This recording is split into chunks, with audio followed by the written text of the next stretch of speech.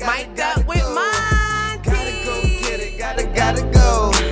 Gotta go get it, gotta go. Gotta get it, Yeah. get it. Hey. Mic'd up with Monty. And we have our special guest, CEO of Mount Menier Likeness, my cousin, Calvin Wagner.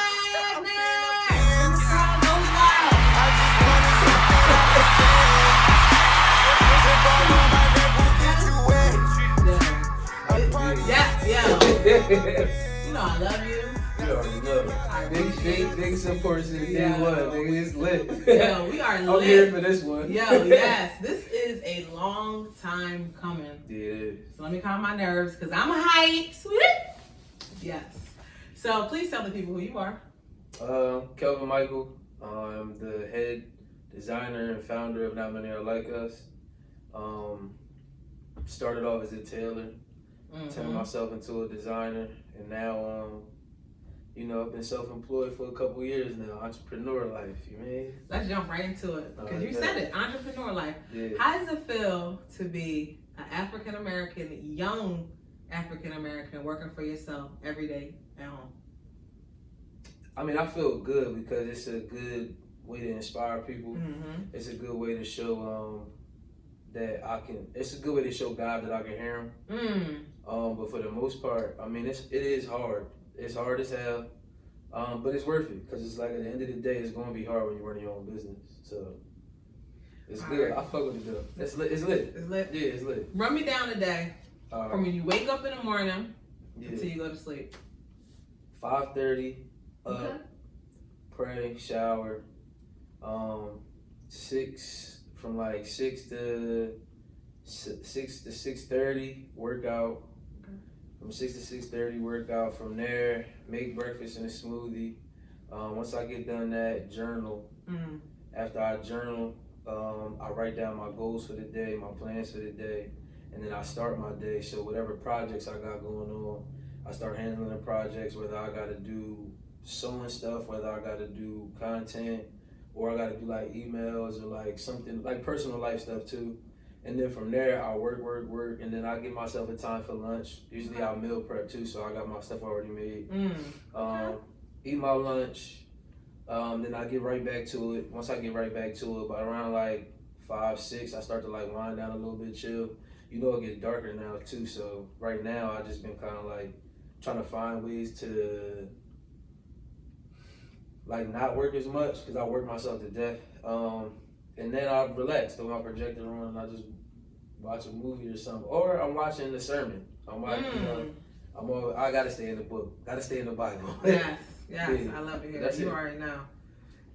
That's it. So where did Not Many Are Like Us come from? So, dang, that's a good question. So I had a couple brands before this that I never actually like. Never knew that, so happy I asked. Yeah, I never like went through with them. I like them. My little brother Drew. Hey Drew, we love you. He wanted me to bring back Hooligans so bad because I used to do this thing called Well Dressed Hooligans. Ooh. But he wanted me to bring that joint. So I had like stuff like that, and then after a while, like I was a Tumblr bull, so I was always on Tumblr heavy, and I was like the very rare boy and like whatever. And I kept trying to find out a way that I could actually not make it about me because I felt like that was like real egotistical. And I wanted to push it in a place where it was like more about the community and more about family. So I kept the rare part of it, and then I tried to like find ways to shape it and make it different. It took me like a couple years to actually come up with it, and then out of nowhere, I was sitting in the crib in North Carolina and was like, Not Many Are Like Us. It wasn't really like that, but it kind of like I was like moving words around, doing a bunch of stuff. Then I came up with Not Many Are Like Us, and then I had looked at the acronym, and I'm like, okay, how am I going to say this without it sounded crazy? And then I'm like, all right, well the N got to be silent because if anything, like, and a lot of people don't know this, but the N is silent in Malu, not because I wanted to pronounce it that way, but it's because us as black people, being an entrepreneur and us moving the way that we move, and you seeing the way society is, we gotta move in silence. Yeah. Ooh. So that's why the N is silent. Yeah. Granted, I don't like to use it derogatory, like part of it with the N, but it makes sense. So that's how I look at it. So the N is silent for that reason, but it's pronounced Malu, and that's like really how it came about, to be honest. Okay. So how do you stay so grounded? How do I mean, what? The Bible. Ooh, okay. God. Yeah. Anthony Usher. Shout out to You feel boyfriend. me? For real, like my man Ferg. I gotta talk about Ferg. Shout out to Ferg, who is Anthony Usher, the CEO and the head designer of The GOAT. GOAT Brand Apparel, God over all transgressions. Hey.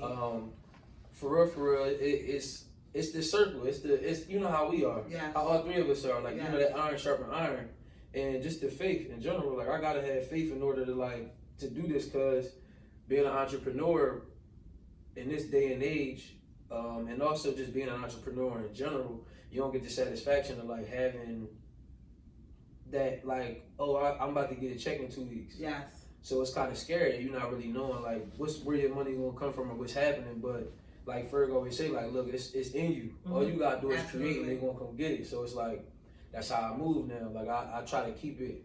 I just ask God to stay to guide my creativity, and it's really what it is. And then it's like I get my Bible verses from you every morning. I get my Bible verses from my young boy Cam every morning. I get my Bible verses from Ferg every morning. I read my own stuff. I watch my own sermons, and then I just got a mentor too. I got godly mentorship right now. Okay. So that way I highlight my old head George, and he put everything in perspective to me. So it's like that's how I stay grounded. Honestly, like I gotta be in the Word, and I gotta talk to God as much as I can possible. So you know, this is my favorite question. How is your mental health? My mental health is good. Everybody go through their stuff, but my mental health is good because just like I was telling you with that, like I keep my head in the book. Yes. I keep my head and I got to, and I got my friends to sharpen me. You know that iron sharpen iron. So it's like that's how I do it for real. Like my mental health is great, and I'm happy that that my family and my friends is good too, because like we able to keep moving and keep on pushing. You feel me? So that was like my mental health good. I'm good. I'm happy. You happy? Yeah. Yes, I love it here. So what are actually 3 tips you have for entrepreneurs such as yourself? 3 tips that I have. Yes. Okay, this is gonna be heavy. 3 tips that I have is eating right. Ooh. Because when you eat right, it actually allows your brain to move to like actually like create more space, and it makes you think a lot more clearly. If you really want to be ahead of the game, like I was talking about it earlier, you have to get up early, and you want to try to get as much as you can get done early, so that way by the time the day even starts, you already ahead of everybody. So it's just like every time I say it all the time, like I'm up at 3 o'clock, like it's Monday somewhere, but it's Sunday here. Ooh.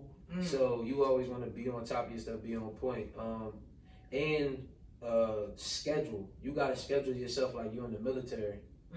You can't act like you're a regular person now, because honestly, like once you become a business and once you become an entrepreneur, it's just like say like I'm not a businessman, I'm a businessman. So It's like when you are a business, you gotta schedule yourself, give yourself like that paid sick time leave, that lunchtime, that if you don't just overwork yourself, all that, like you have to schedule yourself. You got to be able to write everything down, check everything, and it's hard at first, but once you get it in the swing of things, like it's good. And then even with me, like I had somebody like great in my life that was able to help me with that stuff too, and they was able to show me things, and that kind of helped me mold myself. So it's ways that you do it, but those are my 3 tips. That's all I can give you. Okay.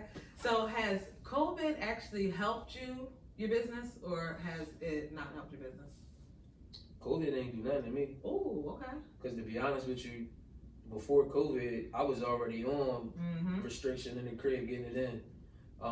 It actually brought my business to a point to where I had a different mindset on it, because now I know for a fact that I can get through anything. Ooh, I love it. So it gave a little bit more it helped it. It made it better. It made it better. That's all I can say. It made it better. Right, But like, I ain't gonna say it didn't do nothing, but it did make it better, and it did show me who I am as an entrepreneur and as a business owner, and how I'm able to weather the storms.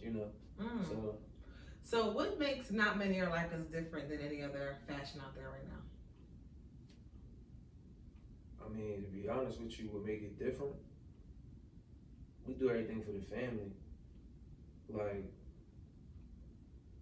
it ain't even about what make it different. We just are the difference in general.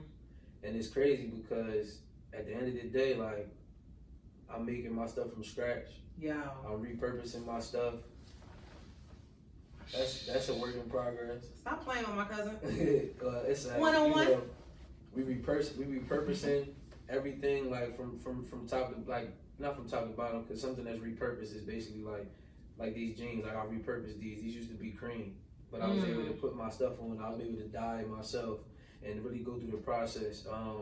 Everything is done in house. Nothing is actually outsourced. Yes. Can you please explain to the people about the in-house, about your sewing machines? I need you to break everything down. Please break the process down.